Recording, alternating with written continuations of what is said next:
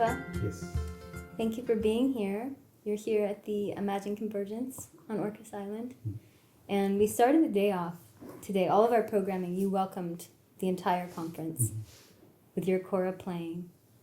And I was moved when someone came to me afterwards and said, there's something about when he plays, I just feel like my heart, it was blossoming open and I just cried.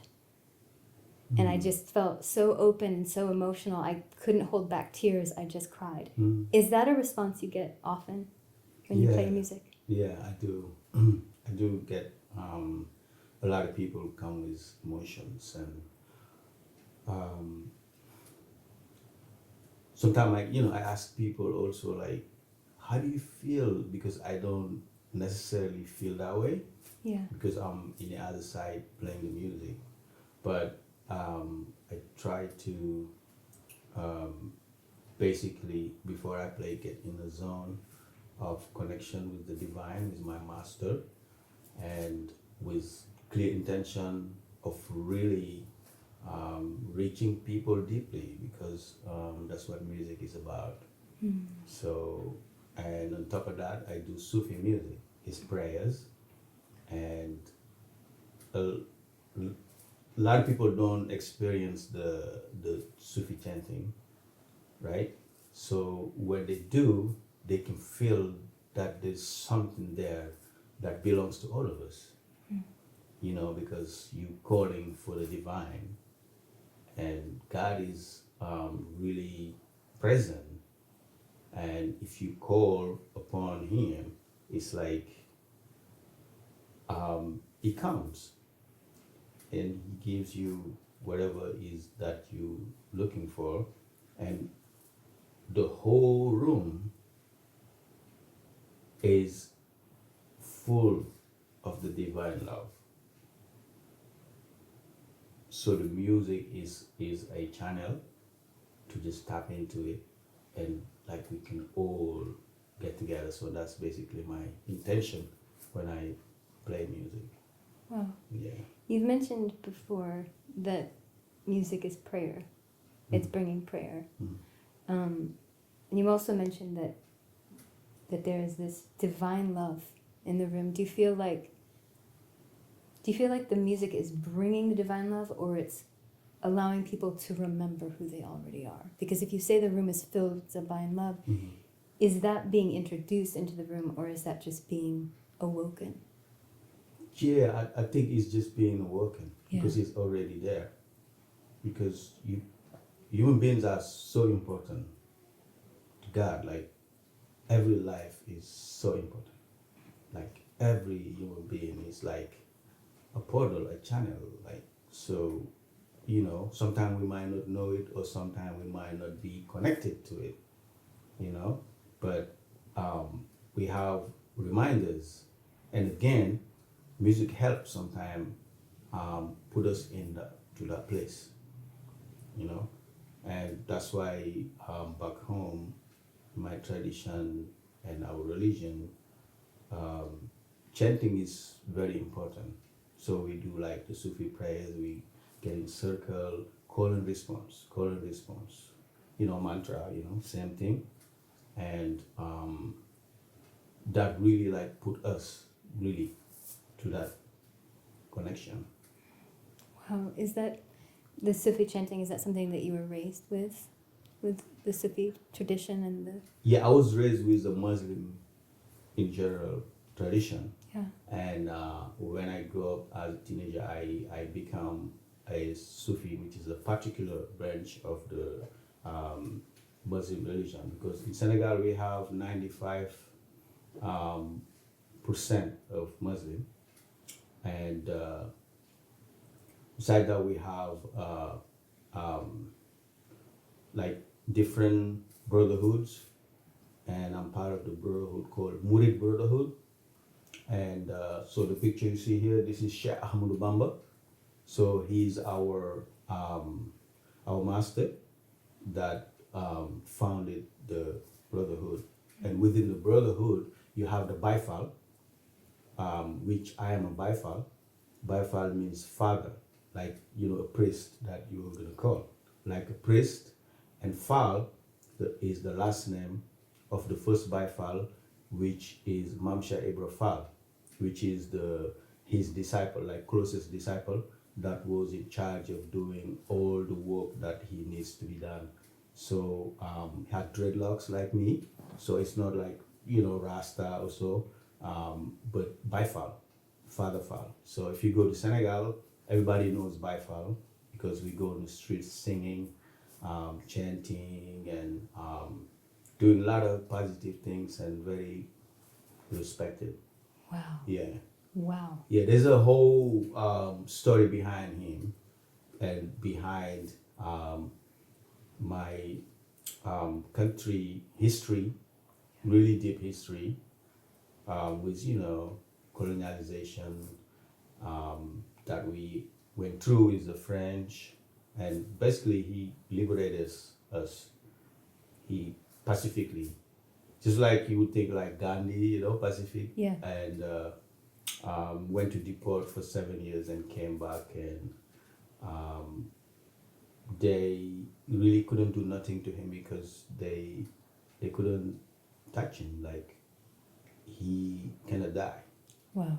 So he showed them God's power and light, because for us it was God saying, this is enough, because sometimes you see, as human, we tend to do things and not think about other people, because we just going for what we want or what we need. And we're not lucky enough to have, like Africa, we have a country where all the resources, most of the resources in the world is coming from there. So that means there's a lot of people from outside that come for that. For the resources. Yeah. So and that's colonization, like taking over percent the resources. Exactly. It's all about the resources. Right. It's all about what they can get, because it's business. But we were lucky enough to have Sheikh Ahmadou Bamba, and he went, like I said, 7 years and came back, and they did anything you can imagine to eliminate somebody, but it didn't work. Nothing worked. The gun won't go. They put him in a cell with the lion. There's all these obstacles, that temptation they did, but it never worked. So of the divine. Of the divine. Yeah. So this is a proof for us that God is there, and He exists, and He's watching, He's doing something. Yeah. So when he came back after 7 years, he's with them. Like, this is the French government that is directing Africans' lives at West Africa, and particularly Senegal, my country.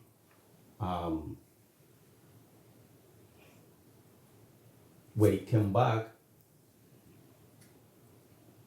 they asked him, what do you want? What do you need? He said, I just want my people to be free, and I want to build my holy city. So they let him build a city. They told him to go and get a piece of land, and it's for him forever. So, which means today in Senegal we have a sovereign nation. Wow. Yeah, that's the city of Touba. Wow. Yeah, that's like every year we have celebration of him going and coming back, and millions of people comes and celebrate. Yeah. And with chanting as well. Yeah, Oh everything. It's so like millions of people. And then what is the capacity in one moment? Like what's the maximum people in one moment chanting during that celebration of him? millions. Like everybody, God. everywhere. This is a holy city. Wow. And you have a big mosque with 5 minaret. Minaret is like the towers, 5 of them, like big. It's like one of the biggest mosques after Mecca. That's how big it is. Wow. Yeah, it's like people from all over the world will come that day, that week, and business, everything stops in the whole country, and everybody gone there, the whole country.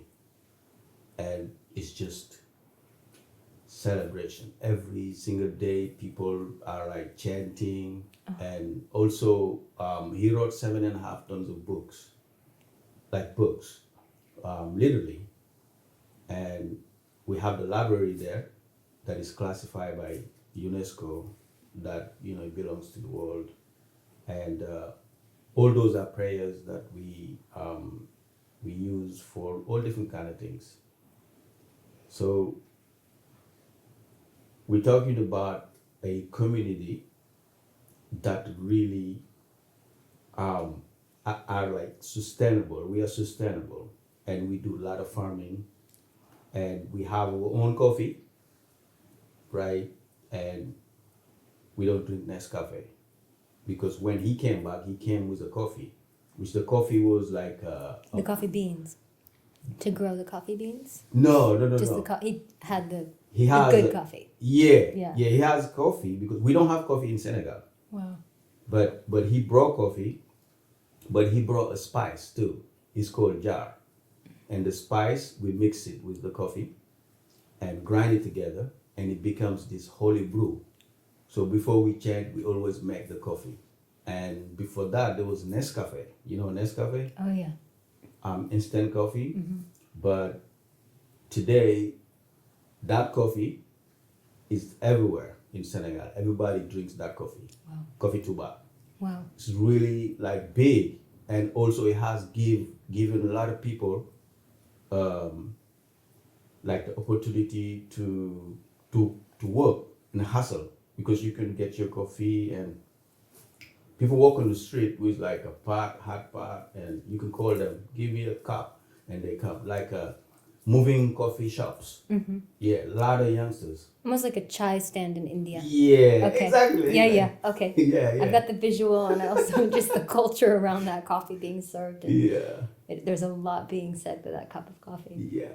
Wow. Yeah. So that's the general, idea of, my master in our faith and religion. Wow, a lot of thoughts are coming as you're sharing all of that.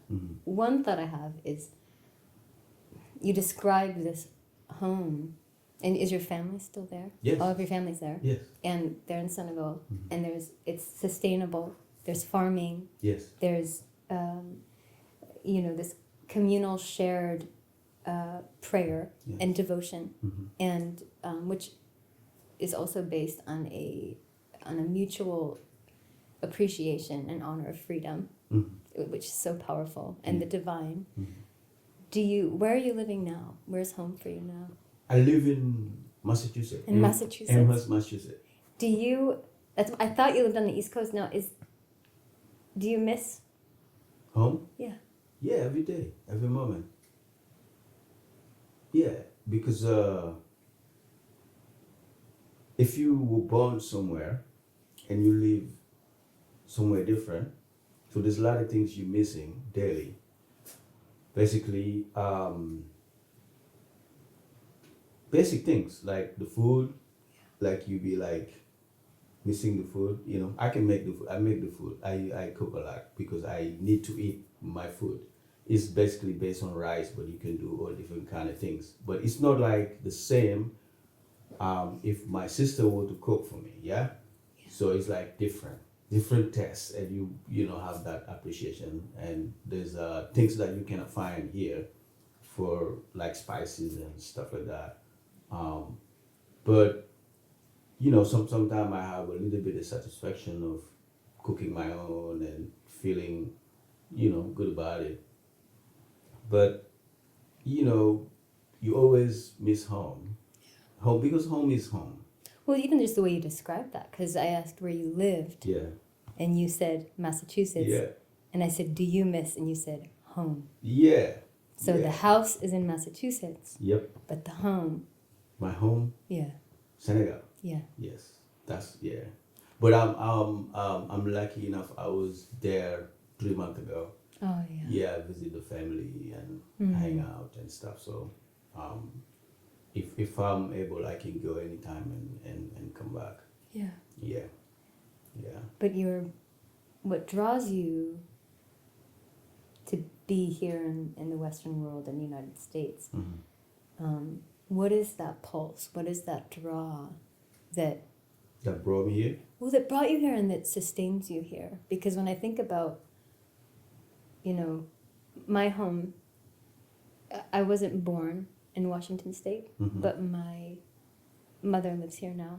My mother started dealing with memory loss and dementia. I'm sorry. I came back here to be with my sister and my beloved and to be back together with family so that I could care for her. And, you know, there is something to be said that home is where the heart is. And if the family is, the family is the heart. Yeah. So I think of this courageous journey you're on to open hearts and to share this devotional language and prayer with people, and you know, holding one hand with longing and one with the service of what you bring to the world.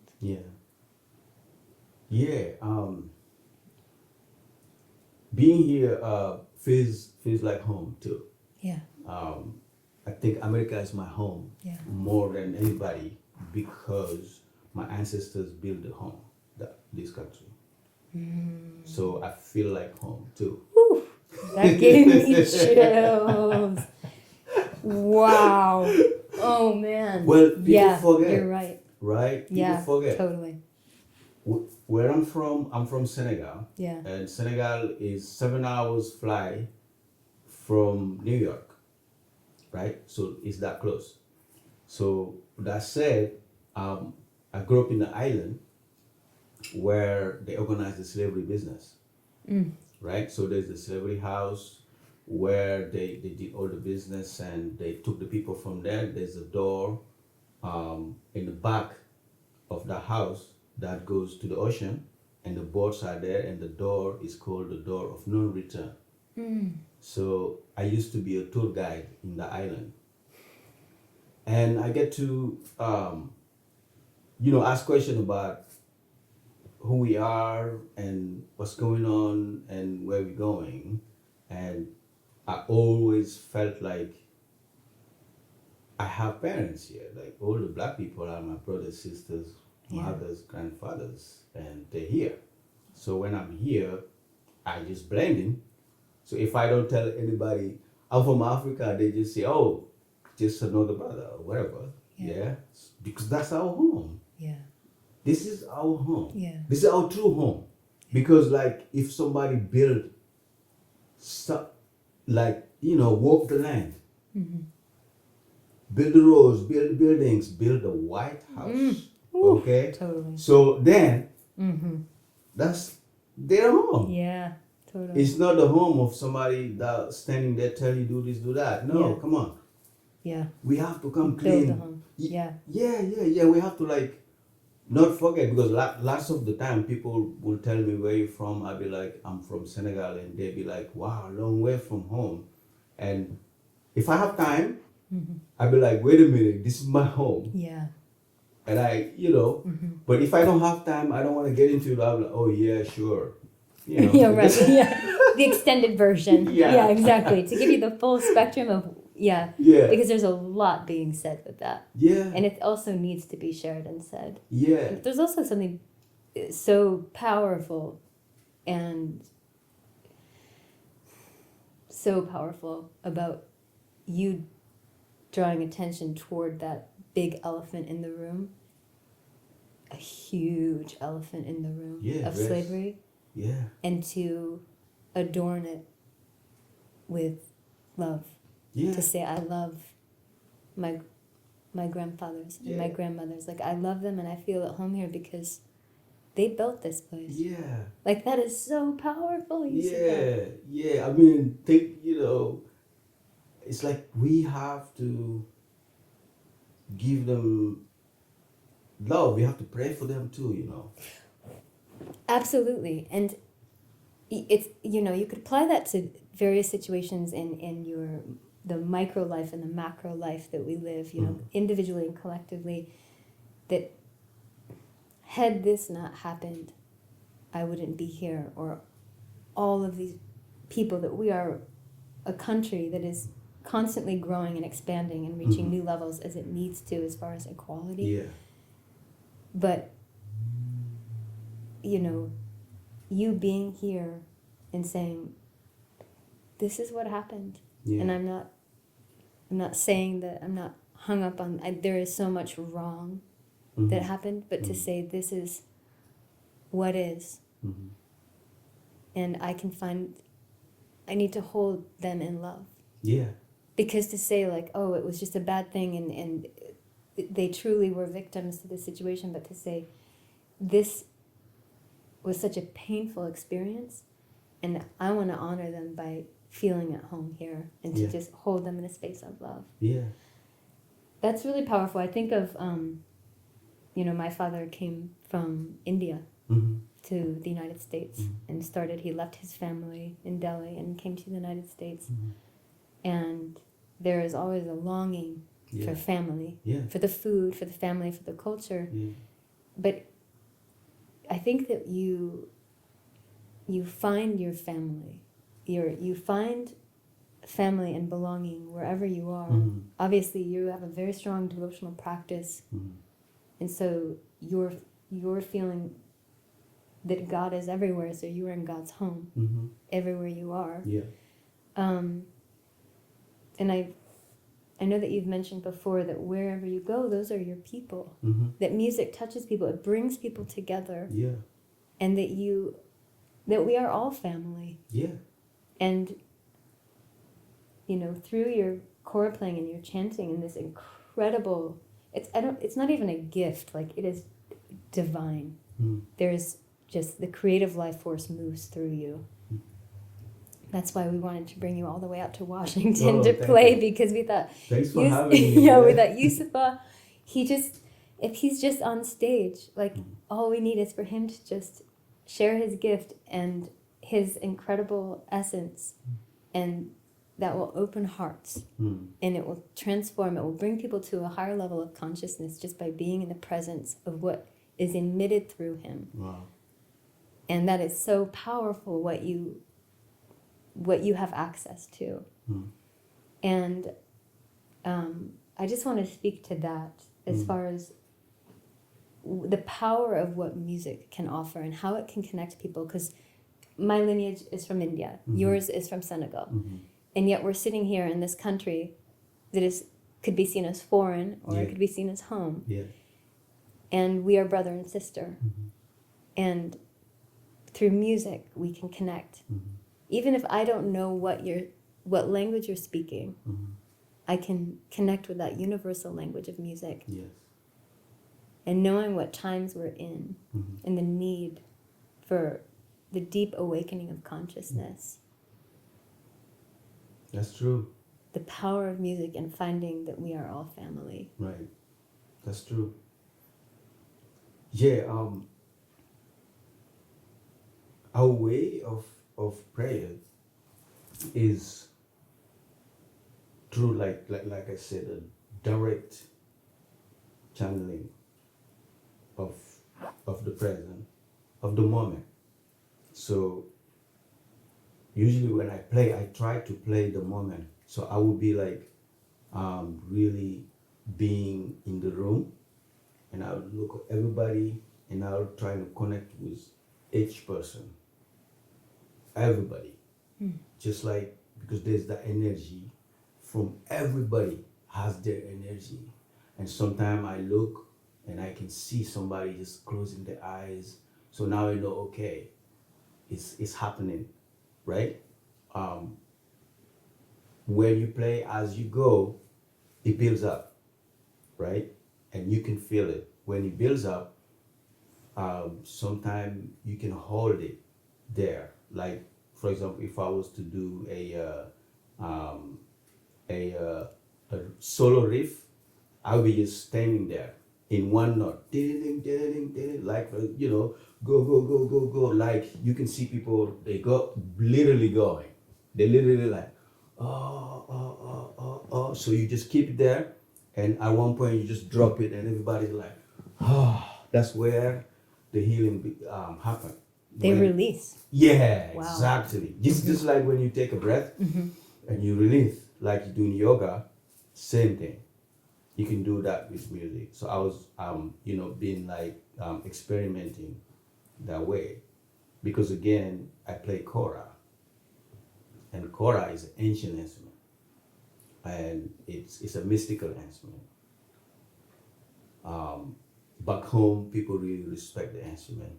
When you hear the kora, you feel that there's something particular about the instrument. A remembrance. Yeah, like from our ancestors are present through the instrument, and we know what that instrument is. Just like your country, like a sitar, those instruments. When you hear it, you be like, it's something different.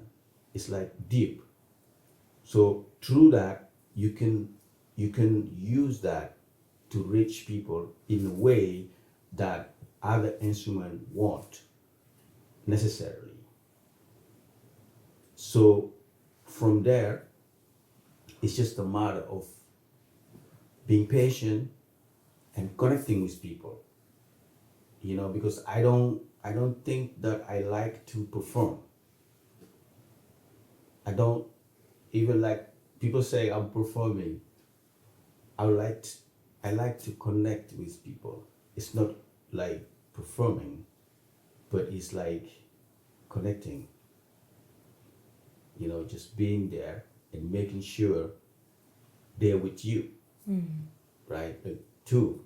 So if you have that, so that's when you can make a difference. Because there's going to be a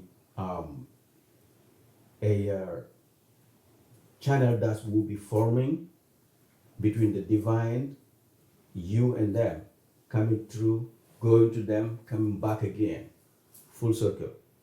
So the whole place will be just like full of the whole sound and the divine.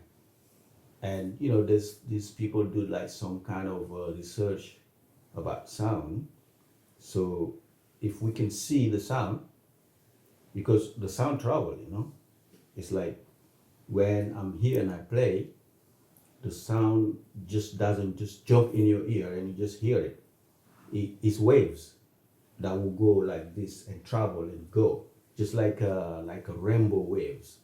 So it will go like this. Imagine like the whole room, you see all the rainbow waves going and going into people's ears, and people will be just like feeling. That's how sound travel. Feeling. And when we think about, a basis of so much addiction and depression and pain and anxiety is a need for connection. And you say that it builds connection. It connects you. Yeah. So through that, receiving the music, they feel connected. They feel connected with. They feel intimate. Yeah. Like the movement, like they feel held in that vibration of sound. Yeah. And the power of what that can offer. That connection that is so needed. And the feeling, when we think about so much of our society, this day and age, how we're moving, we're continually moving into the mind, into the thought process. We're moving into technology. And logic and social media and computers and cell phones, and we're getting further and further away from the feeling. And to hold that sacred space within yourself and be that channel and bring people a sense of connection and feeling. It opens their heart, and I wonder if we are consciousness, and just when we are in a safe space where we feel our hearts feel and we'll feel open, consciousness just naturally blossoms and opens. Right. Definitely. The divine is within all of us. And like we said earlier, if everyone is the divine, what you're doing is helping bring them remembrance and feel, so that they can find that, remember that within themselves. Right. Yeah, that's very deep, And again, every day that's what keeps me playing. Absolutely. Yeah. There's So, absolutely no doubt why Yeah. you do what you do. You're changing the world. yeah, and I'm just the channel again, but my master, he's the portal that is like sending all the prayers and making sure I'm fine and making sure that I'm doing things right. Because traveling different places and going to places where sometimes people won't think about God, right? Sometimes I go to these festivals. Most of the time people go in the festivals and they have agenda. Everybody have their agenda and they come in there, and most of the time they have their own experience. Like, people do things that they have their own experience. So they're not like in communal experience, because everybody is just like, I want to do this, so that's what festival is. Like, you come and open, which is not bad. It is like opening, right? So I experience, like, if I come, what I sing is God. I say La ilaha illallah. That's what I sing. And there's a lot of different kind of music. But my work is to bring God and bring God reminding, and that is part of it, because it's all, God is there already. Yeah. Because every person is so important to God, right? And that's how we can reflect each other. We are one people, Yeah. and we are one race, yeah? So there's no difference of anything, it's just color, yeah? So when you bring that with, let's say, it's like, 5,000, 10,000 people in a place where you have big speakers, I love that, because it's like huge speakers. So it's like You're bringing God on a megaphone. Oh You're just my like screaming it loud. yeah, I did one like for Reggae on the River. Yeah. Michael Franti invited me to play with him, and Wow. I was like upstage, and I'm looking at the people, right? So many people, and I was blown away. So I'm up there, and I'm like, La ilaha illallah. I swear to God, I never forget that moment, because it was like so divine. Yeah, and Totally. they have like those huge speakers, right? Oh. So that means the intention was in the whole place, and the neighborhood, and miles away. Yeah. Because if you talking the truth, Yeah. nothing can hold the truth. The walls won't hold truth, because truth is like faster than light. Yeah. You see? Yeah. So that's where we live. We live with truth. So if we don't live with the truth, that's when we have all these differences, and that's our main problem in this world is race. That's our problem. We don't have no other problem than race. That's our problem. And I know something about it, because I know who I am, right? And this is how I look. This is how I walk. I carry the picture of my master, because he said, if you see me, you're gonna go to heaven. So we want everybody to see it. No. That's the only reason. You go to Senegal, the byfar wear all the pictures. Oh. Yeah? Because my master said, if you see me, this picture, that's what I'm saying, this picture here, Yeah. you're gonna go to heaven. And his disciple, closest disciple, the first byfar said, wow. So he came up with this. Like, he took a picture and he wear it, and now from, until now, we do. wear it. And people don't know why. Why is he wearing this thing on his neck? I mean, oh my God, what is that? Or some people will come like, hey, what is this? I was like, oh, I want you to go to heaven. Yeah, totally. You love me, you don't love me. Yeah. That's doesn't matter. Yeah. I already took you to heaven like a light. I'm gone. Yeah. That's unconditional love and unconditional sharing. Because I'm using my body to share without even a conversation. Because Mamsha Ahmadou Bamba, he performed the last miracles in this world. That's how powerful his story is. Wow. Yeah. So that means the world needs to know, the world needs to know it. If you have something good from your house, or you have like a good food and you have extra, you would like to share it. Anything you have extra, you would like to share it, right? So that's the whole idea of who we are, like a BIFAB.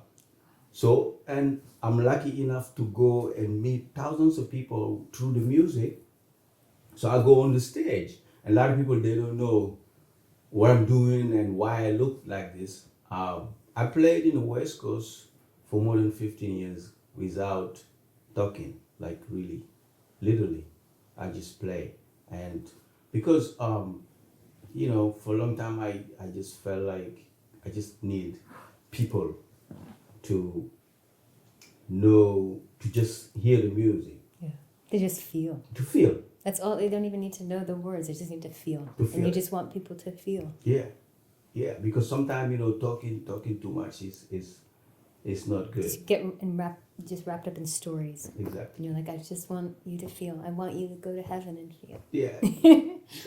It is such an honor to have you here. Thank you.